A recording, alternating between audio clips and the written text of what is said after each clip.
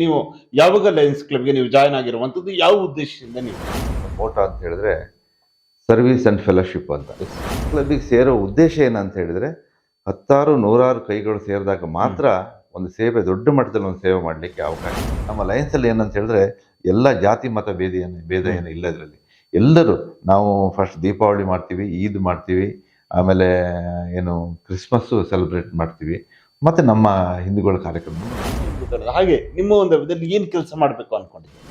ನನ್ನ ಅವಧಿಯಲ್ಲಿ ಮುಖ್ಯವಾಗಿ ನಾನು ಹೇಳ್ಬೇಕಂದ್ರೆ, ಈಗ ಸಿಟಿಯಲ್ಲಿ ಎಲ್ಲರಿಗೂ ವ್ಯವಸ್ಥೆಗಳು ಬೇಕಾದಷ್ಟು ಸಿಗುತ್ತೆ. ಹೌದು, ರೂರಲ್ ಏರಿಯಾಕ್ಕೆ ನಾನು ಹೆಚ್ಚಿನ ಪ್ರಾಧಾನ್ಯತೆ ಕೊಡ್ಬೇಕಂತ ನನ್ನ ಒಂದು ಅನಿಸಿಕೆ ಇದೆ. ಹಾಯ್, ಹಲೋ, ನಮಸ್ಕಾರ. ನಾನು ಅಭಿಷೇಕ್ ಶೃಂಗೇರಿ.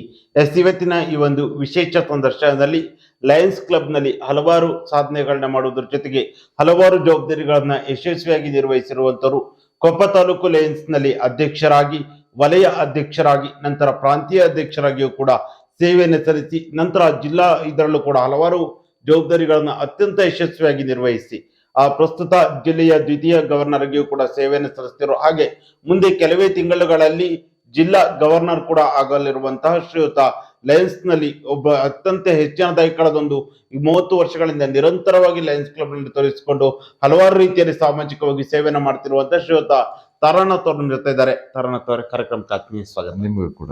ಸರ್, ಹೇಗಿದ್ದೀರಾ? ನಾನು ಚೆನ್ನಾಗಿದ್ದೀನಿ. ನೀವು? ಓಕೆ. ತಾರಾನಾಥ್ ಅವರೇ, ಮೊದಲನೇದಾಗಿ ಲಯನ್ಸ್ ಕ್ಲಬ್ ನಲ್ಲಿ ಹಲವಾರು ಜವಾಬ್ದಾರಿಗಳನ್ನ ನಿರ್ವಹಿಸಿರುವಂತದ್ದು, ಆ ಲಯನ್ಸ್ ಕ್ಲಬ್ ನ ಕುರಿತಾಗಿ ನೀವು ಯಾವಾಗ ಲಯನ್ಸ್ ಕ್ಲಬ್ಗೆ ನೀವು ಜಾಯ್ನ್ ಆಗಿರುವಂತದ್ದು, ಯಾವ ಉದ್ದೇಶದಿಂದ ನೀವು ಜಾಯ್ನ್ ಆದ್ರಿ? ನೀವು ಸಾಮಾನ್ಯವಾಗಿ ಕೇಳುವ ಒಂದು ಪ್ರಶ್ನೆ ಇದು. ನಾನು 98ರಲ್ಲಿ ಲಯನ್ಸ್ಗೆ ಜಾಯ್ನ್ ಆದೆ. ಜಾಯ್ನ್ ಆಗಿದ್ದು ಉದ್ದೇಶ ಅಂತ ಹೇಳಿದ್ರೆ, ಅದರಲ್ಲಿ ನಮ್ಮ ಮೈನು, ನಮ್ಮ ಲಯನ್ಸ್ ಇಂದ ಮೋಟೋ ಅಂತ ಹೇಳಿದ್ರೆ ಸರ್ವಿಸ್ ಅಂಡ್ ಫೆಲೋಶಿಪ್ ಅಂತ.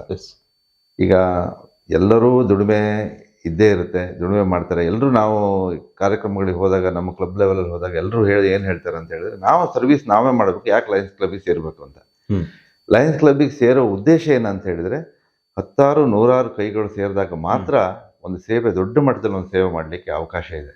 ಹಾಗಾಗಿ ಮತ್ತೆ ಜೊತೆಗೆ ಎಲ್ಲರ ಸ್ನೇಹಿತರುಗಳು ಅಲ್ಲಿ ಬೇಕಾದಷ್ಟು ನಮ್ಗೆ ಸಿಗ್ತಾರೆ. ಅದರಲ್ಲಿ ಮೈನ್ ಮೋಟೋನ ನಾನು ನಿಮ್ಗೆ ಏನು ಹೇಳಿದೆ, ಸರ್ವಿಸ್ ಅಂಡ್ ಫೆಲೋಶಿಪ್ ಅಂತ ಹೇಳಿದ್ರೆ ಈಗ ಬೇರೆನೇ ಅರ್ಥ ಅದಕ್ಕೆ ಕಲ್ಪಿಸ್ತೇನೆ. ಆದರೆ ಫೆಲೋಶಿಪ್ ಅಂತ ಹೇಳಿದ್ರೆ ಫ್ರೆಂಡ್ಶಿಪ್ಪಿಗೆ ಫೆಲೋಶಿಪ್ ಅಂತ ಹೇಳ್ತೀವಿ. ನಾವೆಲ್ಲರೂ ಒಟ್ಟಿಗೆ ಸೇರಿ ಒಂದು ಡಿನ್ನರ್ ಮಾಡೋದಿರ್ಬೋದು, ಅದೆಲ್ಲ ಕಾರ್ಯಕ್ರಮಗಳ ನಂತರ ಹೇಗಿದ್ರೂ ನಡೀತದೆ. ಇದರಲ್ಲಿ ಸೇವೆ ಬಗ್ಗೆ ನಿಮ್ಗೆ ಹೇಳ್ಬೇಕಂತ ಹೇಳಿದ್ರೆ ಬೇಕಾದಷ್ಟು ಅಂತಾರಾಷ್ಟ್ರೀಯ ಮಟ್ಟದಲ್ಲಿ ಸೇವಾ ಕಾರ್ಯಕ್ರಮಗಳು. ಅದು ನಿಮಗೆ ಮುಖ್ಯವಾಗಿ ಹೇಳಬೇಕಂದ್ರೆ ನಮ್ಮದು ಸೈಟ್ ಫಸ್ಟ್ ಅಂತ. ನಾನು ಜಾಯ್ನ್ ಆದ ಟೈಮಲ್ಲಿ ಸೈಟ್ ಫಸ್ಟ್ ಏನು ಐ ಕ್ಯಾಂಪ್ಗಳು ಏನು ಕ್ಲಬ್ಗಳಿಂದ ಆಗ್ತಿತ್ತು, ಬೇಕಾದರೆ ಈ ಹೆಲೆನ್ ಕಿಲ್ಲರ್ ಅಂತ ನೀವು ಕೇಳಿರ್ಬೋದು. ಅವರೊಬ್ಬರು ಕಣ್ಣೇ ಕಾಣದಿದ್ದವರು ಅದನ್ನು ಮುಖ್ಯವಾಗಿ ಅದನ್ನು ಅವರ ಜೀವನದಲ್ಲಿ ತೊಡಗಿಸ್ಕೊಂಡು ಅದನ್ನು ಕಾರ್ಯಕ್ರಮ ಲಯನ್ಸ್ನಲ್ಲಿ ಕಾರ್ಯಕ್ರಮ ಬರುವಂತ ಆಯಿತು. ಅದನ್ನೇ ಸೈಟ್ ಫಸ್ಟ್ ಅಂತ ಕಾರ್ಯಕ್ರಮ ಮಾಡಿದ್ರು. ಎಲ್ಲ ಕ್ಲಬ್ಗಳಲ್ಲಿ, ಎಲ್ಲ ತಾಲೂಕುಗಳಲ್ಲಿ, ಎಲ್ಲ ಆಸ್ಪತ್ರೆಗಳಲ್ಲಿ ನಾವು ಸೈಟ್ ಫಸ್ಟ್ ಕಾರ್ಯಕ್ರಮಗಳನ್ನ ಮಾಡಿದ್ವಿ. ನಾನು ಅಧ್ಯಕ್ಷನಾದಾಗ ನಾನೊಂದು 80 ನಮ್ಮ ಕ್ಯಾಟ್ರಾಕ್ಟ್ ಸರ್ಜರಿಗಳನ್ನ ಮಾಡ್ತಿದ್ವಿ. ನಾವು ಫ್ರೀ ಆಫ್ ಕಾಸ್ಟ್ ಮಾಡ್ತೀವಿ ಲಯನ್ಸಿಂದ. ಅದು ಜಿಲ್ಲೆಯಾದ್ಯಂತ ನಡೆಯುತ್ತೆ. ಇನ್ನು ಲಯನ್ಸ್ ಸ್ಕೂಲ್ಗಳಿರ್ಬೋದು, ಬ್ಲಡ್ ಬ್ಯಾಂಕಲ್ಲಿರ್ಬೋದು, ಆಮೇಲೆ ನಿಮ್ಮ ಡಯಾಬಿಟಿಕ್ ಅವೇರ್ನೆಸ್ ಇರ್ಬೋದು, ಎನ್ವೈರನ್ಮೆಂಟ್ ಕಾರ್ಯಕ್ರಮಗಳು, ಇವೆಲ್ಲ ಕಾರ್ಯಕ್ರಮಗಳು, ಮತ್ತು ನಿಮ್ಮ ಕ್ಯಾನ್ಸರು, ಚೈಲ್ಡ್ಹುಡ್ ಕ್ಯಾನ್ಸರು ಪ್ರಿವೆನ್ಷನ್ ಇರ್ಬೋದು, ಇವೆಲ್ಲವೂ ಕಾರ್ಯಕ್ರಮಗಳಾಗುತ್ತೆ. ಇದು ನಾವು ಸೇರಿದ್ರೆ ಅದರಲ್ಲೂ ಕೂಡ ನಾವು ಮಾಡ್ಬೋದಲ್ಲ ಅಂತ ಒಂದು ಉದ್ದೇಶದಲ್ಲಿ ನಾನು ಸೇರ್ಕೊಂಡೆ. ಓಕೆ. ನೀವು ಲಯನ್ಸ್ಗೆ ಸೇರಿದ ನಂತರ ಬಹುಶಃ 2004ರ ಸಂದರ್ಭದಲ್ಲಿ ಕೊಪ್ಪ ಲಯನ್ಸ್ ನ ಮೊದಲ ಅಧ್ಯಕ್ಷರಾಗಿ ಸೇವೆ ಸಲ್ಲಿಸ್ತೀರಾ. ಆ ಕೊಪ್ಪ ಲಯನ್ಸ್ ನ ಅಧ್ಯಕ್ಷರ ಸಂದರ್ಭ ಹೇಗಿತ್ತು? ಆ ಒಂದು ಸಂದರ್ಭದಲ್ಲಿ ಅಧ್ಯಕ್ಷರಾದಾಗ ನೀವು ಮಾಡಿದಂತ ಪ್ರಮುಖ ಕೆಲಸ ಏನು? ನಾನು ಅದು ನಿಜವಾಗ್ಲೂ ನೆನಪು ಮಾಡ್ಕೊಡುವಂಥ ಕೆಲಸ ಮಾಡಿದ್ದೀನಿ. ನಾನು ಯಾವಾಗಲೂ ನಾನು ಅಂದರೆ ನಮ್ಮ ಎಲ್ಲರ ಜೊತೆ ಸೇರಿ ಮಾಡುವಂಥ ಕೆಲಸ. ಅದು ನಾನು ಒಬ್ಬ ಮಾಡಿದ್ದೀನಿ ಅಂತ ನಾನು ಹೇಳಲಿಕ್ಕಾಗಲ್ಲ. ಅದರಲ್ಲಿ ಮುಖ್ಯವಾಗಿ ನಾನು 2004ರಲ್ಲಿ ಆವಾಗ ನಮ್ಮ ಲಯನ್ಸ್ ಕ್ಲಬ್ ಅಂತಿದ್ರೆ ಜಿಲ್ಲೆಯಲ್ಲಿ ಒಂದು ಒಳ್ಳೆ ಹೆಸರು ಒಂದು ಮಾಡಿರ್ತಕ್ಕಂಥ ಕ್ಲಬ್ ನಮ್ಮ ಲಯನ್ಸ್ ಕ್ಲಬ್ ಕೊಪ್ಪ ಆಗಿತ್ತು. ಯಾಕೆ ಅಂತ ಹೇಳಿದ್ರೆ, ಇಲ್ಲಿ ನಾನು ಈಗಾಗಲೇ ನಿಮಗೆ ನಾವು 4 ಜನ ಗವರ್ನರ್ಗಳನ್ನ ನಮ್ಮ ಕೊಪ್ಪ ಲಯನ್ಸ್ ಕ್ಲಬ್ ಹೊಂದಿದೆ. ಅದರಲ್ಲಿ 5ನೇ ಗವರ್ನರ್ ಆಗಿ ನಾನೀಗ ಮುಂದಕ್ಕೆ ನಾನು ಬರ್ತಾ ಇದ್ದೀನಿ. ಇದರಲ್ಲಿ ನಾನು ಅಧ್ಯಕ್ಷ ಆಗಬೇಕಾದ್ರೆ ಇಲ್ಲಿ ಸ್ವಲ್ಪ ಎಲ್ಲ ನಮ್ಮ ಹಿರಿಯವರು ಜಾಸ್ತಿ ಇದ್ರು. ನಾನು ಸೇರುವಾಗ ನಾನು ಸ್ವಲ್ಪ ಚಿಕ್ಕವನಾಗಿ ಸೇರಿದ್ದೆ ಅಂತ ಹೇಳ್ಬೋದು. 2004ರಲ್ಲಿ ನಾನು ಸೇರಿದಾಗ ನಾನು ಮುಖ್ಯವಾಗಿ ಒಂದು ಕಾರ್ಯಕ್ರಮ ಮಾಡಿದ್ದೆ ಅಂತಂದ್ರೆ, ನಾನು ಈಗಾಗಲೇ ನಾನು ಹೇಳಿದೆ ಸೈಟ್ ಫಸ್ಟ್ ಕಾರ್ಯಕ್ರಮ ಅದೊಂದು ಮಾಡಿದ್ವಿ. 70ರಿಂದ 80 ಕ್ಯಾಟ್ರಾಕ್ಟ್ ಸರ್ಜರೀಸ್ ಮಾಡಿದ್ವಿ. ಜೊತೆಗೆ ಈ ಡೆಫ್ನೆಸ್ ಸರ್ಜರಿ ಅಂತ ಒಂದು ಮಾಡಿದ್ವಿ. ಅದು ಈ ಭಾಗದಲ್ಲಿ ನಿಮಗೆ ಯಾರೂ ಮಾಡ್ದೇ ಇರುವಂಥ ಒಂದು ಕಾರ್ಯಕ್ರಮ. ಮಾಡಲಿಲ್ಲ ಅಂತ ಹೇಳಿದ್ರೆ ಅವರಿಗೆ ಅವಕಾಶ ಸಿಕ್ಕಿರ್ಲಿಲ್ಲೋ ಅಥವಾ ಮಾಡೋಕ್ಕಾಗಲಿಲ್ಲೋ ಗೊತ್ತಿಲ್ಲ. ನನಗೆ ಯಾವುದೋ ಒಂದು ಸಂದರ್ಭದಲ್ಲಿ ಡಾಕ್ಟರ್ ಒಬ್ಬರು ಪರಿಚಯ ಆಗಿ ಶಿವಮೊಗ್ಗದಲ್ಲಿ ನಾನೊಂದು ಡೆಫ್ನೆಸ್ ಕಾರ್ಯಕ್ರಮ, ನಾವು ಅದಕ್ಕೆ ಡೆಫ್ನೆಸ್ ಅಲ್ಲಿ ಸರ್ಜರಿ ಆದಮೇಲೆ ಇಮಿಡಿಯೇಟ್ ಅವರಿಗೆ ಕಿವಿ ಕೇಳುತ್ತೆ ಅಂತ ಗೊತ್ತಾಗಿದ್ದು ನನಗೆ ಅವಾಗಲೇ. ನನಗೆ ಅವರು ಡಾಕ್ಟರ್ ಒಬ್ಬರು ಪರಿಚಯ ಆಗಿ ಆಮೇಲೆ ಅದಕ್ಕೆ ಒಂದು 24 ಜನ ಟೀಮು ಬೇಕಾಯಿತು, ನಮ್ಗೆ ಇಲ್ಲಿ ಕರ್ಸ್ಬೇಕಾಯ್ತು. ಹಾಸ್ಪಿಟ್ಲು ಮೈಕ್ರೋಸ್ಕೋಪಿಕ್ ಸರ್ಜರಿ, ಆಮೇಲೆ ಹಾಸ್ಪಿಟ್ಲು ನಿಮಗೆ ಏನು ಥಿಯೇಟ್ರನ್ನೆಲ್ಲ ನೀಟಾಗಿ ರೆಡಿ ಮಾಡಿ ಮಾಡಬೇಕು, ಪೇಂಟಿಂಗ್ ಗಿಂಟಿಂಗ್ ಮಾಡಿ ಎಲ್ಲ ರೆಡಿ ಮಾಡಿ ಮಾಡಬೇಕು. ಅಂಥ ಸಂದರ್ಭದಲ್ಲಿ ನಾನು ಅವರಿಗೆ ಒಪ್ಕೊಂಡು ಒಂದು ದಿವಸ ಬಂದು 15 ದಿವಸಕ್ಕೆ 15 ಡೇಸ್ ಒಂದ್ಸರಿ ಒಂದು ಸ್ಕ್ರೀನಿಂಗ್ ಅಂತ ಮಾಡ್ತಾರೆ. ಅದರಲ್ಲಿ ನಾವು ಆಯ್ಕೆ ಮಾಡಿದ್ರೆ 15 ಮಕ್ಕಳುಗಳನ್ನ ಆಯ್ಕೆ ಮಾಡಿದ್ವಿ ನಾವು. ಎಲ್ಲ ಹೈಸ್ಕೂಲ್ ಮಕ್ಕಳು ಆಮೇಲೆ ಮಿಡ್ಲ್ ಸ್ಕೂಲ್ ಮಕ್ಕಳನ್ನ ಆಯ್ಕೆ ಮಾಡಿದ್ವಿ. 12ರಿಂದ 15 ಜನ ಮಕ್ಕಳು ಆಯ್ಕೆ ಆದರಲ್ಲಿ ನಾನು 10 ಜನ ಮಕ್ಕಳು ಅದರಲ್ಲಿ ಸರ್ಜರಿಗೆ ಬಂದರು. ಒಂದು 100 ಜನ ಇದಕ್ಕೆ ಬಂದಿದ್ರು, ನಿಮ್ಗೇನು ಹಿಯರಿಂಗ್ ಏಡ್ ಅದ್ರ ಕಿವಿ ಕೇಳ್ದನೆ ಇರುವಂಥವ್ರು ತುಂಬ ಜನ ಬಂದಿದ್ದು. ಸ್ಕ್ರೀನಿಂಗ್ ಆಗಿತ್ತು. 15 ದಿವಸಕ್ಕೆ ಸ್ಕ್ರೀನಿಂಗ್ ಆದಮೇಲೆ 25 ದಿವಸಕ್ಕೆ ಅವರಿಗೆ ಪುನಃ ಸರ್ಜರಿಗೆ ನಾವು ಕರೆದ್ವಿ. ಮಕ್ಕಳು 10 ಜನ ಮಕ್ಕಳಿಗೆ ಸರ್ಜರಿ ಆಯಿತು. ಆಮೇಲೆ ಒಂದು 2-3 ದಿವಸದಲ್ಲಿ ಅವ್ರಿಗೆ ಕಿವಿ ಕೇಳ್ಸಂಗೆ ಆಯಿತು. ಅದು ನನ್ನ ಮುಖ್ಯ ಕಾರ್ಯಕ್ರಮ. ನಾನು ಯಾವಾಗಲೂ ಕೂಡ ಅದ್ರ ಬಗ್ಗೆ ನಾನು ಎಲ್ಲ ಕಡೆ ಇದರಲ್ಲಿ ಹೇಳಿದ್ದೀನಿ. ನೀವು ಏನಾದರೂ ಒಂದು ಅಧ್ಯಕ್ಷರಾದಾಗ ಹಿಂದೆ ತಿರುಗಿ ನೋಡಿದಾಗ ನಿಮ್ಗೊಂದು ಫುಟ್ ಪ್ರಿಂಟ್ ಇರಬೇಕು ಅಂತ. ಅದು ಯಾವತ್ತೂ ನೆನಪಿರ್ಬೇಕು. ನೀವೇ ಅಧ್ಯಕ್ಷ ಸುಮ್ಮನೆ ಅಧ್ಯಕ್ಷ ಅಧ್ಯಕ್ಷರಾದ ಸಂದರ್ಭದಲ್ಲಿ ನಾವೊಂದು ಮಾಡುವಂತ ಕೆಲಸ ಇನ್ನು ಕೂಡ ಮುಂದಿನ ತಲೆಮಾರುಗಳಿಗೆ ಮತ್ತೆ ಇನ್ನೊಂದು ಒಳ್ಳೆ ಕ್ಯಾಂಪ್ ಕೂಡ ನಾವು ಮಾಡಿದ್ವಿ ಎಲ್ಲಿ ನಿಲುವಾಗಲಲ್ಲಿ. ಅವತ್ತಿನ ಕಾಲದಲ್ಲಿ ಈಗೆಲ್ಲ ಹಾಸ್ಪಿಟಲ್ ಟೈಅಪ್ ಎಲ್ಲ ಇದೆ. ಅವತ್ತೊಂದು 300ಕ್ಕಿಂತ ಹೆಚ್ಚು ಜನ ಹಾಸ್ಪಿಟ್ಲು ಅಲ್ಲಿ ನಾವಲ್ಲಿ ಎಲ್ಲ ಡಾಕ್ಟರ್ಸ್ ಕರ್ಕೊಂಡೋಗಿ 10ರಿಂದ 12 ಕರ್ಕೊಂಡೋಗಿ ಅವರಿಗೆ ಫ್ರೀ ಮೆಡಿಸಿನ್ ಕೊಟ್ಟು ಫ್ರೀ ಊಟ ಮತ್ತೆ ತಿಂಡಿಗಳು ಕೊಟ್ಟು ವ್ಯವಸ್ಥೆ ಮಾಡಿದ್ವಿ. ಹೈಸ್ಕೂಲ್ನಲ್ಲಿ 300ಕ್ಕಿಂತ ಜಾಸ್ತಿ ಜನ ಬಂದಿದ್ರು, ಸದುಪಯೋಗ ಪಡಿಸ್ಕೊಂಡು. ನಾನು ಅದನ್ನ ಯಾಕೆ ಹೇಳ್ತಿದ್ದೀನಿ ಅಂದ್ರೆ ಇದೊಂದು ಮುಖ್ಯ ಕಾರ್ಯಕ್ರಮ ನಮ್ಗೆ ನನ್ನ ಟೈಮಲ್ಲಿ. ಮತ್ತೆ ಇವತ್ತು ಈಗ ಏನ್ ಮಾಡ್ತೀವಿ ಅಂದ್ರೆ ನನ್ನ ಒಂದು ಉದ್ದೇಶ ಒಂದು ಡಯಾಬಿಟಿಕ್ ಒಂದು ಸೆಂಟರ್ ಮಾಡಿದ್ವಿ ಇಲ್ಲಿ ನಮ್ಮ 6 ಕ್ಲಬ್ನವ್ರು ಸೇರಿ ನಾವೊಂದು ಮಾಡಿದ್ವಿ. ತುಂಬಾ ಚೆನ್ನಾಗಿ ನಡೀತಾ ಇದೆ. ಆದರ್ಶ ಹಾಸ್ಪಿಟಲ್ ಟೈಪ್ ಮಾಡಿದ್ವಿ.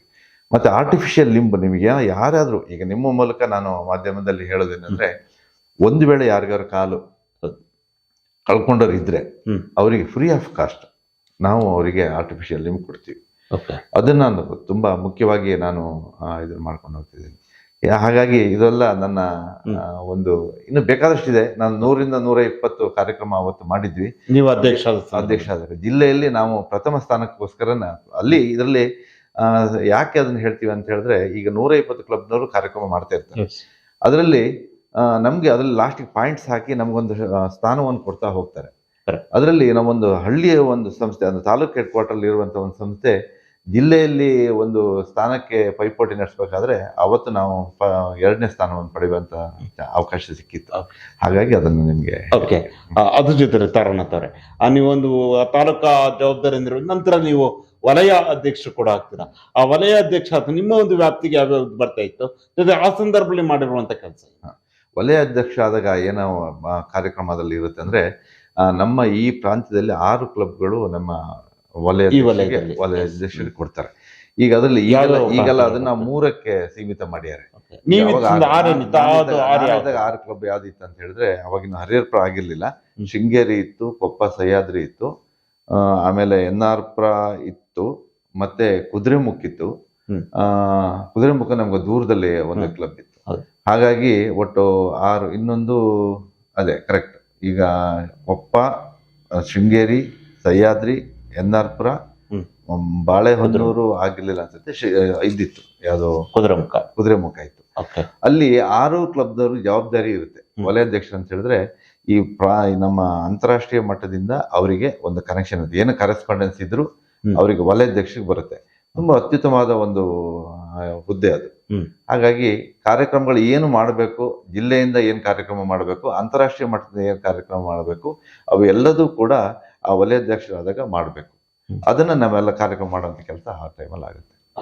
ಆ ವಲಯ ಅಧ್ಯಕ್ಷ ಆದ ನಂತರ ನೀವು ಮತ್ತೊಂದು ಜವಾಬ್ದಾರಿ, ಈಗ ಲಯನ್ಸ್ ಕ್ಲಬ್ ನಲ್ಲಿ ಹಂತ ಹಂತವಾಗಿ ತಾರನಾಥ್ ಅವರು ಬೆಳೆದು ಬಂದಿರುವಂತದ್ದು. ನಂತರ ಪ್ರಾಂತೀಯ ಅಧ್ಯಕ್ಷ ಆಗಿ ಕೂಡ ನೀವು ಅತ್ಯಂತ ಯಶಸ್ವಿಯಾಗಿ ಜವಾಬ್ದಾರಿಯನ್ನು ನಿರ್ವಹಿಸ್ತೀರಾ. ಆ ಪ್ರಾಂತೀಯ ಅಧ್ಯಕ್ಷ ಸಂದರ್ಭ ಆಗಿದ್ದು, ಆ ಸಂದರ್ಭದಲ್ಲಿ ಮಾಡಿರುವಂತ ಪ್ರಮುಖ ಕೆಲಸಗಳಿದೆ. ಪ್ರಾಂತೀಯ ಅಧ್ಯಕ್ಷರಾದಾಗ ನಾವು ಅದಕ್ಕಿಂತ ಮೊದಲು ನಿಮ್ಗೊಂದು ಮಾತು ಹೇಳ್ಬೇಕಂದ್ರೆ, 45ನೇ ವರ್ಷದಲ್ಲಿ ನನ್ನ ವೈಫು ಅಧ್ಯಕ್ಷ ಆಗ್ತಾರೆ. ಪ್ರಥಮ ಮಹಿಳಾ ಅಧ್ಯಕ್ಷರಾಗಿ ಅವರು ಅಲ್ಲಿವರೆಗೆ ಯಾರು ಮಹಿಳಾ Koppa Lions Koppa Lions club ಅದು ಫಸ್ಟ್ ಟೈಮ್ ಆಗಿರೋದು. 45 ವರ್ಷದಲ್ಲಿ ಅವರು ಪ್ರಥಮ ಅಧ್ಯಕ್ಷರಾಗಿ ಆಯ್ಕೆ ಆಗ್ತಾರೆ. ಆಮೇಲೆ ಅವರು ಆ ಟೈಮಲ್ಲಿ ನಾವು ಹರಿಹರಪುರ ಲಯನ್ಸ್ ಕ್ಲಬ್ ಅನ್ನ ಒಂದು ಹುಟ್ಟು ಹಾಕ್ತೀವಿ. ಅದೊಂದು ತುಂಬಾ ಅತ್ಯುತ್ತಮವಾದ ಒಂದು ಕಾರ್ಯಕ್ರಮ ಅಂತ ಹೇಳ್ತೀವಿ. ಯಾಕಂದ್ರೆ ಒಂದು ಕ್ಲಬ್, ನಾನು ಈಗಾಗಲೇ ನಿಮ್ಗೆ ಹೇಳಿದಾಗೆ ಎಷ್ಟು ಕ್ಲಬ್ಗಳು ಜಾಸ್ತಿ ಆಗ್ತಾವೋ ಅಷ್ಟು ಸೇವಾ ಕೈಗಳು ಜಾಸ್ತಿ ಆಗ್ತವೆ. ಹಾಗಾಗಿ ಹರಿಹರಪುರ ಲಯನ್ಸ್ ಸಂಸ್ಥೆ ಆ ಟೈಮಲ್ಲಿ ಹುಟ್ಟು ಹಾಕ್ತೀವಿ. ಮತ್ತೆ ನಾನು ಪ್ರಾಂತೀಯ ಅಧ್ಯಕ್ಷ ಆದಾಗ ಏನಾಗುತ್ತೆ, ಪ್ರಾಂತೀಯ ಅಧ್ಯಕ್ಷರಿಗೆ 10 ಕ್ಲಬ್ಗಳು ಬರ್ತವೆ. ಈ ಏರಿಯಾದಲ್ಲಿ ನಮ್ಮ ಎಲ್ಲಾ ಕ್ಲಬ್ಗಳು, ಚಿಕ್ಕಮಗಳೂರು ಸೇರ್ಕೊಡುತ್ತೆ ಅವಾಗ. ನಮ್ಮ ಚಿಕ್ಕಮಗಳೂರು, ಮೂಡಿಗೆರೆ, ಮತ್ತೆ ಈಗೆಲ್ಲ ಮಾಕನಹಳ್ಳಿ ಬಂದಿದೆ, ಮಾಕನಹಳ್ಳಿ, ಗೋಣಿಬೀಡು, ಕಡೂರು, ಈ ಎಲ್ಲ ಕ್ಲಬ್ಗಳು ಸೇರಿ ಆ ಪ್ರಾಂತೀಯಕ್ಕೆ ಸೀಮಿತ ಆಗುತ್ತೆ. 10 ಕ್ಲಬ್ಗಳು ಬರ್ತವೆ. ಆ ಪ್ರಾಂತೀಯ ಅಧ್ಯಕ್ಷ ಟೈಮಲ್ಲಿ ನಮಗೆ ಒಂದು ನೆನಪಿರೋ ಕಾರ್ಯಕ್ರಮದ ಲಯನ್ಸ್ ಸರ್ಕಲ್. ನಾವಿಲ್ಲಿ ಬಾಳಗಡಿಯಲ್ಲಿ ಮಾಡಿರ್ತೀವಿ ಒಂದು ಲಯನ್ಸ್ ಸರ್ಕಲ್. ನಾವು ಅದಕ್ಕೆ ಏನಂತ ಹೇಳ್ತೀವಿ ಅಂದ್ರೆ ಇಮೇಜ್ ಬಿಲ್ಡಿಂಗ್ ಪ್ರೋಗ್ರಾಮ್ ಅಂತ ನಾವು ಅಂತ ಹೇಳ್ತೀವಿ. ಇಮೇಜ್ ಬಿಲ್ಡಿಂಗ್ ಪ್ರೋಗ್ರಾಮ್ ಬಗ್ಗೆ ನಿಮಗೆ ಒಂದು ಮಾತು ಹೇಳ್ಬೇಕಂದ್ರೆ, ಯಾಕೆ ಅದನ್ನು ಮಾಡ್ತೀವಿ ಅಂತ ಹೇಳಿದ್ರೆ, ಮೊದಲು ನಾನು ಲಯನ್ಸಿಗೆ ಸೇರ್ಬೇಕಾದ್ರೂ ಕೂಡ ಇಮೇಜ್ ಬಿಲ್ಡಿಂಗ್ ಪ್ರೋಗ್ರಾಮ್ ಅಂದ್ರೆ ದೊಡ್ಡ ಕಾರ್ಯಕ್ರಮ ಅದು. ಎಲ್ಲ ಬಸ್ ಸ್ಟಾಪ್ಗಳಿರ್ಬೋದು ಅಥವಾ ಬೇರೆ ಹಾಸ್ಪಿಟಲ್ಗಳಿರ್ಬೋದು, ಇವೆಲ್ಲ ಅಂದ್ರೆ ನೋಡೋರಿಗೆ ಅದು ಕಾಣಿಸುತ್ತೆ, ಲಯನ್ಸ್ನವ್ರು ಇದ್ದಾರೆ, ಲಯನ್ಸ್ನವ್ರು ಏನ್ ಕಾರ್ಯಕ್ರಮ ಮಾಡ್ತಾರೆ ಅಂತ ಹೇಳೋದು ಗೊತ್ತಾಗ್ಬೇಕಾದ್ರೆ ಇಮೇಜ್ ಬಿಲ್ಡಿಂಗ್ ಪ್ರೋಗ್ರಾಮ್ ಆಗ್ಬೇಕು. ಹಾಗಾಗಿ ನಾವು ಅದು ಸರ್ಕಲ್ ಅನ್ನು ಮಾಡುವಂತ ಕೆಲಸ ಆಯ್ತು. ಮತ್ತೆ ಆ ಟೈಮಲ್ಲಿ ನಮ್ಮ ಸುರೇಶ್ ಅಂತ ಇಸ್ರು, ಸುರೇಶ್ ಅವ್ರನ್ನ ನಾವು ಕರೆಸಿದ್ವಿ. ಅವ್ರನ್ನ ಕರೆಸಿ ಅದೆಲ್ಲ ನೆನಪಲ್ಲಿ ಉಳಿಯುವಂತ ಕಾರ್ಯಕ್ರಮ. ಅವ್ರಿಗೆ ಮಕ್ಕಳಿಗೊಂದು ಇಂಟ್ರಾಕ್ಷನ್ ಮಾಡಿ, ನಮ್ಗೆ 9th ಮಕ್ಕಳಿಗೆ ಒಂದು 400, ಇಡೀ ತಾಲೂಕಿನಲ್ಲಿ ಎಲ್ಲರೂ ಕರೆಸಿ ಒಂದು 400ಕ್ಕಿಂತ ಮಕ್ಕಳಿಗೆ ಕರೆಸಿ ಅವ್ರಿಗೆ ಒಂದು ಇಂಟ್ರಾಕ್ಷನ್ ಮಾಡ್ತಿದ್ವಿ, ಅವರಿಂದ ಮಾಡಿಸಿದ್ವಿ. ಹಾಗಾಗಿ ಅದೊಂದು ಒಳ್ಳೆ ಕಾರ್ಯಕ್ರಮ. ಮತ್ತೆ ನಮ್ಮ ಸನಿಲ್ಲಾ ಕೂಡ ಬಂದಿದ್ರು, ಅವರು IPS ಆಫೀಸರ್, ಅವರು ಕೂಡ ಬಂದಿದ್ರು. ಕಾರ್ಯಕ್ರಮ ತುಂಬಾ ಚೆನ್ನಾಗಿ ಮೂಡಿ ಬಂದಿತ್ತು. ಅದರ ಜೊತೆಯಲ್ಲಿ ಆ ಲಯನ್ಸ್ ಕ್ಲಬ್ ನಲ್ಲಿ ತೊಡಗಿಸ್ಕೊಂಡು ಈಗ 1998ರಿಂದ ಈಗ 2025 ಇಷ್ಟು ವರ್ಷಗಳ 19, 27, 28 ವರ್ಷಗಳ ಜರ್ನಿ ಹೇಗನ್ಸುತ್ತೆ ನಿಮಗೆ? ಖುಷಿ ಇದೆ ನಿಮ್ಮ ಒಂದು ಸೇವೆ? ತುಂಬಾ ಖುಷಿ ಇದೆ. ಯಾಕಂದ್ರೆ ಇದರಲ್ಲಿ ನಾವು ಮಾಡಿರುವಂತ, ನಿಮಗೆ ಈಗಾಗಲೇ ಹೇಳಿದೆ, ತುಂಬಾ ಜನರ ಪರಿಚಯ ಆಗಿದೆ ನಮ್ಗೆ. ಈಗ ಇಡೀ ಜಿಲ್ಲೆಯಲ್ಲಿ ಫಸ್ಟ್ ಯಾರೇ ಹೋದ್ರು ಕೂಡ ಒಂದು ಮೆಂಬರ್ ಆಗಿ ಹೋದ ತಕ್ಷಣ ಯಾರ್ದು ಪರಿಚಯ ಮಾಡ್ಲಿಕ್ಕೆ ಆಗಲ್ಲ. ಈಗ ಪ್ರತಿ ಒಂದು ಅಲ್ಲಿ ಏನಾಗುತ್ತೆ ಅಂದ್ರೆ, ಜಿಲ್ಲೆಯಲ್ಲಿ ಪ್ರತಿ ಒಂದು 3 ತಿಂಗಳಿಗೆ ಒಂದ್ಸರಿ, 2 ತಿಂಗಳಿಗೆ ಒಂದು ಕ್ಯಾಬಿನೆಟ್ ಮೀಟಿಂಗ್ ಅಂತ ಆಗುತ್ತೆ. ಅದರಲ್ಲಿ ಬೇಕಾದಷ್ಟು ಸದಸ್ಯರು ಬರ್ತಾರೆ. ಜಿಲ್ಲೆಯಲ್ಲಿ ಈವೆಂಟ್ ಅಂತ ಆಗುತ್ತೆ, ಎಲ್ಲ ಈವೆಂಟ್ಗಳು ಇಂಪಾರ್ಟೆಂಟ್. ಈ ದೀಪಾವಳಿ ಕಾರ್ಯಕ್ರಮ ನಮ್ಮ ಲಯನ್ಸ್ ಅಲ್ಲಿ ಏನಂತ ಹೇಳಿದ್ರೆ, ಎಲ್ಲ ಜಾತಿ ಮತ ಭೇದ ಏನು ಇಲ್ಲ. ಇದರಲ್ಲಿ ಎಲ್ಲರೂ ನಾವು ಫಸ್ಟ್ ದೀಪಾವಳಿ ಮಾಡ್ತೀವಿ, ಈದ್ ಮಾಡ್ತೀವಿ, ಆಮೇಲೆ ಕ್ರಿಸ್ಮಸ್ ಸೆಲೆಬ್ರೇಟ್ ಮಾಡ್ತೀವಿ, ಮತ್ತೆ ನಮ್ಮ ಹಿಂದೂಗಳ ಕಾರ್ಯಕ್ರಮವನ್ನು ಮಾಡ್ತೀವಿ. ಎಲ್ಲರಿಗೂ ಕಾರ್ಯಕ್ರಮಗಳು ಎಲ್ಲರೂ ಸೇರ್ಕೊಂಡು ಮಾಡ್ತೀವಿ. ಅದಕ್ಕೆ ಇಡೀ ಜಿಲ್ಲೆಯಾದ್ಯಂತ ನಮಗೆ ಫ್ರೆಂಡ್ಶಿಪ್ ಆಗುತ್ತೆ, ಪ್ರತಿಯೊಬ್ಬರು ನಮಗೆ ಅಲ್ಲಿ ಸಿಗ್ತಾರೆ. ಹಾಗಾಗಿ ಒಂದು ತುಂಬಾ ಖುಷಿ ತರುವಂತ ಕೆಲಸ. ಮತ್ತೆ ಇದು ಗವರ್ನರ್ಶಿಪ್ ಬಗ್ಗೆ ನೀವೇನೋ ಮುಂದೆ ಕೇಳ್ತೀರಿ?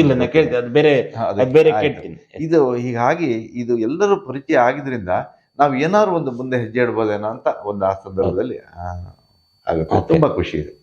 ಮುಂದೆ ನೀವೀಗ ಆಲ್ರೆಡಿ ಈಗ ದ್ವಿತೀಯ ಇದಾಗಿ ಜೊತೆಯಲ್ಲಿ ಇನ್ನೇನು ಕಡೆ ಮುಂದಿನ ಜೂನ್, ಜುಲೈ ತಿಂಗಳಿನಲ್ಲಿ ನೀವೀಗ ಜಿಲ್ಲಾ ಗವರ್ನರ್ ಆಗ್ತೀರಾ. ಆ ಜಿಲ್ಲಾ ಗವರ್ನರ್ ಆಯ್ಕೆ ಆಗಿರ್ಬೋದು, ಅದು ಯಾವ ರೀತಿಯಾಗಿ ನಡೆಯುತ್ತೆ? ಜಿಲ್ಲೆ ಗವರ್ನರ್ ಆಯ್ಕೆ ಆಗ್ಬೇಕಾದ್ರೆ ಈಗ ನಾವು ಅದಕ್ಕೆ ಎಲಿಜಿಬಲ್ ಇದೀವ ಅಂತ ಒಂದು ಫಸ್ಟ್ ಅದಕ್ಕೆ ನೋಡ್ತಾರೆ. ನಾವೀಗ ಫಸ್ಟ್ ಕ್ಲಬ್ ಇಂದ ನಮ್ಗೆ ಒಂದು ಅಪ್ರೂವಲ್ ಸಿಗ್ಬೇಕು. ನಮ್ಮ ಕ್ಲಬ್ ಇಂದ ಆಯ್ಕೆ ಮಾಡ್ಬೇಕು. ನಮ್ಮ ಕ್ಲಬ್ ಇಂದ ನೀವಿರುವಂತ ಮೂಲ ಕ್ಲಬ್ ಇಂದ ನಮ್ಮ ಮೂಲ ಕ್ಲಬ್ ಇಂದ ಅದಕ್ಕೆ ಒಂದು ಅಪ್ಲಿಕೇಶನ್ ಹಾಕ್ತಿವಿ.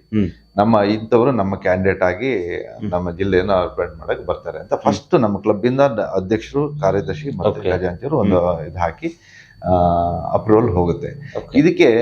ಇದಕ್ಕೆ ಮುಖ್ಯವಾಗಿ ಏನಾಯ್ತು ಅಂತ ಹೇಳಿದ್ರೆ, ನಮ್ಮ ಸ್ನೇಹಿತರುಗಳು ತುಂಬಾ ಕಾರಣ ಆದ್ರು. ನನಗೆ ನಿಜವಾಗ್ಲೂ ನಾನು ಲಯನ್ಸ್ ಸೇರಿದಾಗಲಾಗ್ಲಿ ಆಮೇಲೆ ಆದ್ರೂ ಕೂಡ ಗವರ್ನರ್ಶಿಪ್ಗೆ ನನಗೇನು ಮನಸ್ಸಿರ್ಲಿಲ್ಲ. ಯಾವಾಗ ಪ್ರಾಂತೀಯ ಅಧ್ಯಕ್ಷರ ಆದ ಮೇಲೆ ಆವಾಗ ಕಾಂಟ್ಯಾಕ್ಟ್ಗಳು ಜಾಸ್ತಿ ಆಯ್ತು.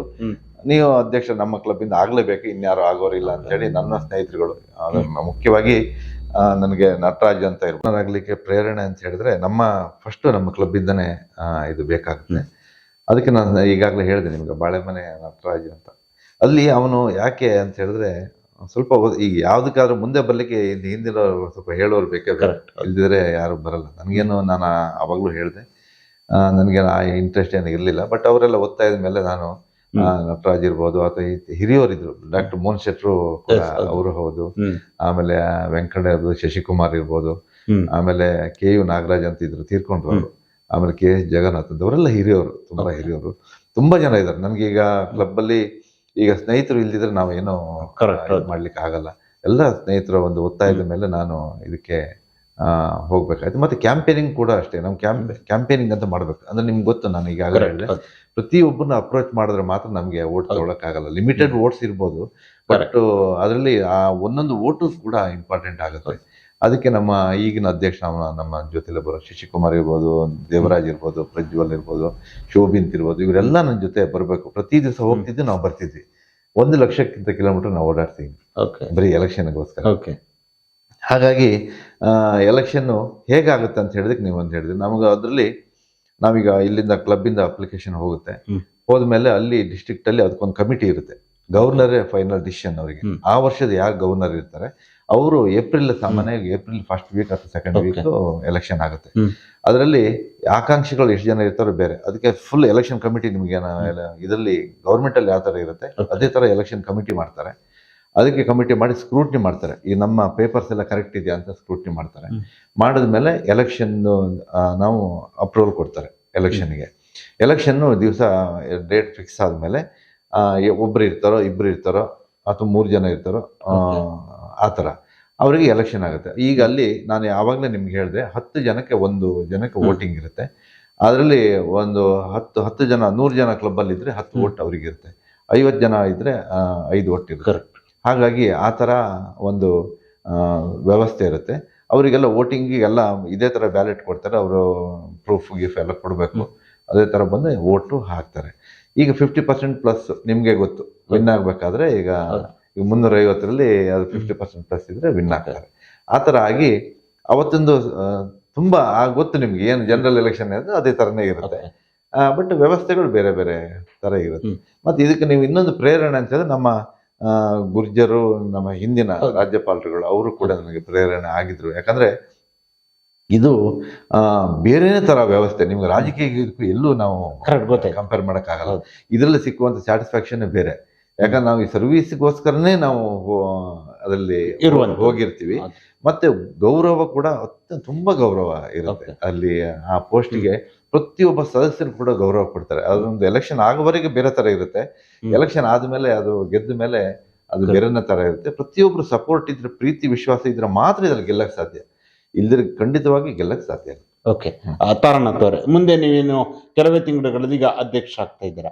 ಅಧ್ಯಕ್ಷರಾಗಿ ಈಗ ಒಬ್ರಿಗೆ ಅಧ್ಯಕ್ಷರಾಗುವಂತವ್ರಿಗೆ ಅವ್ರದ್ದೇ ಆದ ಕಲ್ಪನೆಗಳಿರುತ್ತೆ, ಯೋಚನೆಗಳಿರುತ್ತೆ. ಹೌದು, ನನ್ನ ಅವಧಿಯಲ್ಲಿ ಈ ಒಂದು ಕೆಲಸವನ್ನ ಮಾಡಬೇಕು, ಮುಂದಿನ ಜನರು ಕೂಡ ನೆನ್ಪಿಟ್ಕೊಳ್ಬೇಕು, ಮುಂದೆ ಬರುವಂತವರಿಗೂ ಕೂಡ ಇದು ಮಾದರಿ ಆಗ್ಬೇಕಾದ್ರೆ. ಹಾಗೆ ನಿಮ್ಮ ಒಂದು ಅವಧಿಯಲ್ಲಿ ಏನ್ ಕೆಲಸ ಮಾಡ್ಬೇಕು ಅನ್ಕೊಂಡಿದ್ದೀರಾ? ನನ್ನ ಅವಧಿಯಲ್ಲಿ ಮುಖ್ಯವಾಗಿ ನಾನು ಹೇಳ್ಬೇಕಂದ್ರೆ, ಈಗ ಸಿಟಿಯಲ್ಲಿ ಎಲ್ಲರಿಗೂ ವ್ಯವಸ್ಥೆಗಳು ಬೇಕಾದಷ್ಟು ಸಿಗುತ್ತೆ. ರೂರಲ್ ಏರಿಯಾಕ್ಕೆ ನಾನು ಹೆಚ್ಚಿನ ಪ್ರಾಧಾನ್ಯತೆ ಕೊಡ್ಬೇಕಂತ ನನ್ನ ಒಂದು ಅನಿಸಿಕೆ ಇದೆ. ಮತ್ತು ಮುಂದಿನ ದಿನಗಳಲ್ಲಿ ಅದು ನಮಗೆ ಡಿಸ್ಟ್ರಿಕ್ಟ್ ಪ್ರಾಜೆಕ್ಟ್ ಅಂತಾನೆ ಬೇರೆ ನಾವೊಂದು ಮಾಡ್ತೀವಿ. ಆ ವರ್ಷದ ಗವರ್ನರು ಅವ್ರಿಗೊಂದು ಡಿಸ್ಟ್ರಿಕ್ಟ್ ಪ್ರಾಜೆಕ್ಟ್ ಅಂತ ಒಂದು ಮಾಡ್ತಾರೆ. ಈಗ ನಮ್ಮ ಕ್ಲಬ್ ಅಲ್ಲೂ ಒಂದು, ನಮ್ಮ ಹೆಜ್ಜೆ ವೆಂಕಟೇಶ್ವರ ಟೈಮಲ್ಲಿ ಒಂದು ಹೆಲ್ತ್ ಕ್ಲಬ್ ಅಂತ ಒಂದು ಮಾಡಿದ್ವಿ, ಆಚೆ ಕಡೆ ಇದೆ, ಅವ್ರು ಮಾಡಿದ್ದಾರೆ. ಹಾಗೆ ನಾನು ನನ್ನ ಒಂದು ಈಗಿನ ಪರಿಸ್ಥಿತಿಯಲ್ಲಿ ಮತ್ತೆ ಮುಂದಿನ ದಿನಗಳಲ್ಲಿ ಏನು ಚೇಂಜ್ ಆಗ್ಬೋದು, ಅವತ್ತಿನ ಬೇಡಿಕೆ ಏನು ಬರ್ಬೋದು ಗೊತ್ತಿಲ್ಲ. ಮತ್ತು ನನ್ನ ಇದರಲ್ಲಿ ಮುಖ್ಯವಾಗಿರೋದು, ಅದನ್ನ ಡಿಸ್ಕ್ಲೋಸ್ ಮಾಡ್ಬೋದೇ ಬಿಡೋದು ಗೊತ್ತಿಲ್ಲ, ಈ ಕ್ರಿಮಟೋರಿಯಂ ನಮ್ಮ ಇದರಲ್ಲಿ ಕೊಪ್ಪದಲ್ಲಿ ಈಗಾಗಲೇ ರೋಟರಿ ಅವ್ರು ಮೇಂಟೈನ್ ಮಾಡ್ತಿದ್ದಾರೆ, ತುಂಬಾ ಚೆನ್ನಾಗಿ ಮಾಡ್ತಿದ್ದಾರೆ. ನಾನು ಅದಕ್ಕೆ ಈಗ ಮೊಬೈಲ್ ಕ್ರಿಮಟೋರಿಯಂ ಮಾಡ್ಬೇಕಂತ ಅದೊಂದು ಯೋಚನೆ ಇದೆ. ಮತ್ತೆ ಡಯಾಬಿಟಿಕ್ ಸೆಂಟರ್ ಇನ್ನೂ ಮಾಡಬೇಕು ಅಂತ ಬೇಕಾದಷ್ಟು. ಯಾಕಂದ್ರೆ ಈಗ ಸಣ್ಣ ಸಣ್ಣ ಮಕ್ಕಳಿಗೂ ಕೂಡ ಈಗ ಅದನ್ನ ಅಗತ್ಯ ಇರೋದ್ರಿಂದ, ನಾನು ಗೌರ್ಮೆಂಟ್ ಇಂದ ಎಷ್ಟೇ ಸರ್ವಿಸ್ ಕೊಟ್ಟಿದ್ದಾರೆ, ಕೊಡ್ತಾ ಇಲ್ಲ ಅಂತ ನಾನು ಹೇಳ್ತಾ ಇಲ್ಲ, ಆದ್ರೂ ಕೂಡ ಸಾಕಾಗ್ತಾ ಇಲ್ಲ. ಗೌರ್ಮೆಂಟಿನ ವ್ಯವಸ್ಥೆಯಲ್ಲಿ ಅದನ್ನ ಮಾಡಕ್ಕೆ ನಾವು ಕೂಡ ಈಗ ಮಾಡ್ತಾ ಇದ್ದಿದ್ರಿಂದ ನನಗೆ ಅದು ಅನುಭವಕ್ಕೆ ಬಂದಿರೋದು. ತುಂಬಾ ಅಗತ್ಯ ಇರೋದ್ರಿಂದ ಇನ್ನೂ ಸ್ವಲ್ಪ ಹೆಚ್ಚಿನ ಒತ್ತು ಅದಕ್ಕೆ ಕೊಡ್ಬೇಕಂತ ನನ್ನ. ಓಕೆ, ಅದೇ ರೀತಿ ನಿಮ್ಮ ಒಂದು ಪದಗ್ರಹಣ ಕಾರ್ಯಕ್ರಮ, ಗವರ್ನರ್ ಆಗಿ ದೊಡ್ಡ ಮಟ್ಟದಲ್ಲಿ ಪದಗ್ರಹಣ ಕಾರ್ಯಕ್ರಮ ನಡೆಯುತ್ತೆ. ಆ ಒಂದು ಪದಗ್ರಹಣ ಯಾವಾಗ ಮತ್ತು ಎಲ್ಲಿ ಯಾವ ಒಂದು ಕಾರ್ಯಕ್ರಮ ನಡೆಯುತ್ತೆ? ಅದು ಪದಗ್ರಹಣ ಕಾರ್ಯಕ್ರಮ ಹಾಂಗ್ಕಾಂಗ್ ಅಲ್ಲಿ ನಡೆಯುತ್ತೆ. ನಮ್ದು ನಾವು ನಿಜವಾಗಿ ಗವರ್ನರ್ಸ್ ಏನಾಗುತ್ತೆ ಅಂದ್ರೆ, ಅಂತಾರಾಷ್ಟ್ರೀಯ ಮಟ್ಟದಲ್ಲಿ ಇದು USA ಅಲ್ಲಿ 1917ರಲ್ಲಿ ನಮ್ಮ ಮೆಲ್ವಿನ್ ಜೋನ್ಸ್ ಅವರು ಸ್ಟಾರ್ಟ್ ಮಾಡಿದ್ರು. ಅವರೊಬ್ಬ ಸಾಮಾನ್ಯ LIC ಉದ್ಯೋಗಿಯಾಗಿ ಇದನ್ನ ಸ್ಟಾರ್ಟ್ ಮಾಡ್ತಾರೆ. ದೊಡ್ಡ ಮಟ್ಟದಲ್ಲಿ ಬೆಳೆದಿದೆ ಬಿಡಿ. ಈ 210 ದೇಶಗಳಲ್ಲಿ, ನಾನು ನಿಮ್ಗೆ ಜಸ್ಟ್ ಹಿಂಟ್ ಕೊಡ್ತಾ ಇದ್ದೀನಿ, 210 ದೇಶಗಳಲ್ಲಿ 49,000 ಕ್ಲಬ್ಗಳಿದಾವೆ. ಈ ತರ ಕ್ಲಬ್ಗಳು 14 ಲಕ್ಷ ಜನ ನಾವು ಮೆಂಬರ್ಸ್ ಇದ್ದೀವಿ ಆಲ್ ಓವರ್ ವರ್ಲ್ಡ್ ನಾನು ಹೇಳ್ತಾ ಇರೋದು. ಹಾಗೆ ಇದರಲ್ಲಿ ಪದಗ್ರಹಣ ಕಾರ್ಯಕ್ರಮ ಅಲ್ಲಿ ಆವತ್ತಿನ ದಿವಸ ನಮಗೆ ಓದ್ ಕೊಡ್ತಾರೆ. ಜುಲೈ 3ನೇ ತಾರೀಕು ನಮಗೆ 26 ಜುಲೈ ಅಲ್ಲಿ ನಮಗೆ ಹಾಂಗ್ಕಾಂಗ್ ಅಲ್ಲಿ ಪದಗ್ರಹಣ ನಡೀತದೆ. ಅಲ್ಲಿಯ ಇಂಟರ್ನ್ಯಾಷನಲ್ ಪ್ರೆಸಿಡೆಂಟ್ ಅಲ್ಲಿ ನಮಗೆ ಓದ್ ಕೊಡ್ತಾರೆ. ಅಂದ್ರೆ 1 ವರ್ಷದ ಅವಧಿಗೆ ನೀವು ಗವರ್ನರ್. 1 ವರ್ಷ ಅವಧಿಗೆ. ಓಕೆ. ಈಗ ಅದರ ಜೊತೆಯಲ್ಲಿ ಲಯನ್ಸ್ ಕ್ಲಬ್ ಅಲ್ಲಿ ನಿಮ್ಮ ಧರ್ಮಪತ್ನಿಯವರು ಕೂಡ ತೊಡಗಿಸ್ಕೊಂಡಿರುವಂತದ್ದು, ಅವರು ನೀವು ಒಟ್ಟಾಗಿ ಯಾವ ರೀತಿಯಾಗಿ ಡಿಸ್ಕಷನ್ಗಳನ್ನ ಮಾಡ್ತಾ ಇರ್ತೀರಿ? ಡಿಸ್ಕಷನ್ ಅಂತ ಹೇಳಿದ್ರೆ ನೋಡಿ, ಇದು ಗವರ್ನರ್ಶಿಪ್ ಅಂತ ಹೇಳಿದ್ರೆ ಮನೆಯವ್ರ ಸಪೋರ್ಟ್ ಬೇಕೇ ಬೇಕು. ಮನೆಯವ್ರ ಸಪೋರ್ಟ್ ಇಲ್ಲದ್ರೆ ಯಾವ ಕಾರಣಕ್ಕೂ ಗವರ್ನರ್ಶಿಪ್ ಮಾಡಕ್ಕಾಗಲ್ಲ. ಯಾಕಂದ್ರೆ ಇಲ್ಲಿ ನಮ್ದು ಎಲ್ಲ ವ್ಯವಸ್ಥೆಗಳು ಹಾಳಾಗ್ತವೆ ಜೊತೆಯಲ್ಲಿ. ಯಾಕಂದ್ರೆ ನಾವು ಬೆಳಿಗ್ಗೆ ಹೋದ್ರೆ ನಾವು ರಾತ್ರಿ ಬರೋದು, ನಾವು ಬೆಳಿಗ್ಗೆ 9-9:30 ಹೊರಟ್ರೆ ಅಂತ ರಾತ್ರಿ ಬರೋ 1 ಗಂಟೆ 2 ಗಂಟೆ ಆಗುತ್ತೆ. ಮನೇಲಿ ಇಲ್ಲಿ ವ್ಯವಸ್ಥೆ, ನಮ್ಮ ಫಾರ್ಮ್ ಇರ್ಬೋದು, ತೋಟ ನೋಡ್ಕೊಳೋದಿರ್ಬೋದು, ಅಥವಾ ನಮ್ಮ ಇಲ್ಲಿ ಬಿಸ್ನೆಸ್ ನೋಡೋದು, ಎಲ್ಲದೂ ನಮ್ಮ ಮನೆ ಮಿಸಸ್ ಜವಾಬ್ದಾರಿ ಇತ್ತು. ಈಗ ಅವರು ಆ ಜವಾಬ್ದಾರಿ ತಗೊಂಡಿದ್ರಿಂದ ನನಗೆ ತುಂಬಾ ಈಸಿ ಆಯ್ತು. ಹಾಗಾಗಿ ಪ್ರತಿಯೊಂದು ವಿಷಯದಲ್ಲೂ ಕೂಡ ಇವತ್ತು ಏನೇನ್ ಕಾರ್ಯಕ್ರಮ ನಾವು ಮಾಡ್ಬೋದು, ಮತ್ತೆ ನಮಗೀಗ ನೆಕ್ಸ್ಟ್ ನಾವು ಈಗಲಿಂದನೇ ಪ್ಲಾನ್ ಮಾಡಬೇಕು. ನಮ್ಮ ಗವರ್ನರ್ಶಿಪ್ಗೆ ನಮ್ಮ ಕಮಿಟೀಸ್ ಮಾಡೋದಿರ್ಬೋದು, ನಮ್ಮ ಸೆಕ್ರೆಟರಿ ಮಾಡೋದಿರ್ಬೋದು, ಟ್ರೆಜರರ್ ಮಾಡೋದು ಯಾರನ್ನ ಮಾಡಬೇಕು, ನಮ್ಮ ಕಮಿಟೀಸ್ ಯಾವ ತರ ಮಾಡಬೇಕು, ಅದಕ್ಕೆ ನಮ್ದೊಂದು ಪಿನ್ ಮಾಡ್ತೀವಿ ಈ ತರ. ಈಗ ಇದು ನಮ್ಮ ಪಿನ್ ಕೂಡ ನಾವೀಗ ನೆಕ್ಸ್ಟ್ ಯಾರು ಮಾಡ್ತೀವಿ ಅಂದ್ರೆ ನಾವು ಅದೊಂದು ಈಗಲೇ ಡಿಸೈನ್ ಮಾಡಬೇಕು. ಮತ್ತೆ ನಮ್ಮ ಥೀಮ್ ಏನಿದೆ, ನಮ್ದು ಏನ್ ಥೀಮ್ ಕೊಡ್ತೀವಿ ನಾವು, ಅದಕ್ಕೆ ನಮ್ಮ ಪ್ರೋಗ್ರಾಮ್ ಏನೇನು ಮಾಡ್ಬೋದು ಇದನ್ನೆಲ್ಲ ಈಗಲೇ ನಾವು ರೆಡಿ ಮಾಡ್ಬೇಕು. ಆಗ ನಮ್ಮ ವೈಫ್ ಜೊತೆ ಕೂತ್ಕೊಂಡು ನಾವೆಲ್ಲ ಡಿಸ್ಕಸ್ ಮಾಡಿ ಅದನ್ನ ಮಾಡ್ಬೇಕು. ಓಕೆ. ಅಂದ್ರೆ ಈಗ ನಿಮ್ಮ ಒಂದು ಜಿಲ್ಲಾ ವ್ಯಾಪ್ತಿ ಏನು ಬರುತ್ತೆ, ಲಯನ್ಸ್ ಏನು ಬರುತ್ತೆ, ಈಗ ಒಟ್ಟು ಯಾವೆಲ್ಲ ರೆವಿನ್ಯೂ ಡಿಸ್ಟ್ರಿಕ್ಟ್ಗಳು ಬರ್ತವೆ ನಿಮಗೆ? ನಮ್ಗೆ ಈಗ ಚಿಕ್ಕಮಗಳೂರು, ನಮ್ದು ಆಕ್ಚುಲಿ ನಮ್ದೇ ಡಿಸ್ಟ್ರಿಕ್ಟು ಚಿಕ್ಕಮಗಳೂರು, ಹಾಸನ್, ಕೂರ್ಗ್ ಮತ್ತೆ ಸೌತ್ ಕನ್ನಡ ಮಂಗಳೂರು ಬರುತ್ತೆ. ಇದು 4 ರೆವಿನ್ಯೂ ಜಿಲ್ಲೆ ಸೇರಿ ನಮ್ದೊಂದು ಲಯನ್ಸ್ ಜಿಲ್ಲೆ. ಅಂದ್ರೆ 4 ರೆವಿನ್ಯೂ ಜಿಲ್ಲೆಗಳು ಸೇರಿ ಎಷ್ಟು ಲಯನ್ಸ್ ನಲ್ಲಿ ಸದಸ್ಯರುಗಳಿದ್ದಾರೆ ಒಟ್ಟು? ಸದಸ್ಯರು ನಾನು ನಿಮ್ಗೆ 4,500 ಜನ ನಾವು ಇದ್ದೀವಿ ಈಗ. ಒಟ್ಟು 4 ರೆವಿನ್ಯೂ ಜಿಲ್ಲೆಯಿಂದ 4,500 ಲಯನ್ಸ್ ಜಿಲ್ಲೆ. ಅಂದ್ರೆ ವರ್ಷದಿಂದ ವರ್ಷಕ್ಕೆ ಸದಸ್ಯರ ಸಂಖ್ಯೆ ಜಾಸ್ತಿ ಬಿಡ್ತಾ ಇರ್ತಾರೆ, ಸೇರ್ತಾ ಇರ್ತಾರೆ. ಅದು ಯಾವಾಗ್ಲೂ ಎಲ್ಲ. ಅಂದ್ರೆ ಅದಕ್ಕೆ ಕ್ರೈಟೇರಿಯಾ ಏನಾದ್ರು ಇದೆಯಾ ಸೇರಕ್ಕೆ? ಇಂಥದ್ದು ಅರ್ಹತೆ ಅದೇನಾದ್ರು ಇದೆಯಾ ಅದಕ್ಕೆ? ಅರ್ಹತೆ ಅಂತ ಹೇಳಿದ್ರೆ ಈಗ ನನ್ನ ಪ್ರಕಾರ ನಾನು ಹೇಳೋದಂತಾದ್ರೆ, ನಾನು ಯಾವಾಗ್ಲೂ ಇಲ್ಲಿ ನಾವು ಒಂದು ಓದ್ ಕೊಡೋದಂತ ಇರುತ್ತೆ ಎಲ್ಲ ಕ್ಲಬ್ಬಿಗೆ ಹೋದಾಗ. ನಾನು ಏನ್ ಹೇಳ್ತೀನಿ ಅಂತ ಹೇಳಿದ್ರೆ, ದುಡ್ಡಿದ್ದವರು ನಮ್ಗೆ ಕಿಂತನೂ ಸರ್ವಿಸ್ ಮಾಡೋ ಮೆಂಟಾಲಿಟಿ ನಮಗೆ ಬೇಕು ಅಂತ ನಾನು ಎಲ್ಲ ಕಡೆ ಹೇಳ್ತೀನಿ.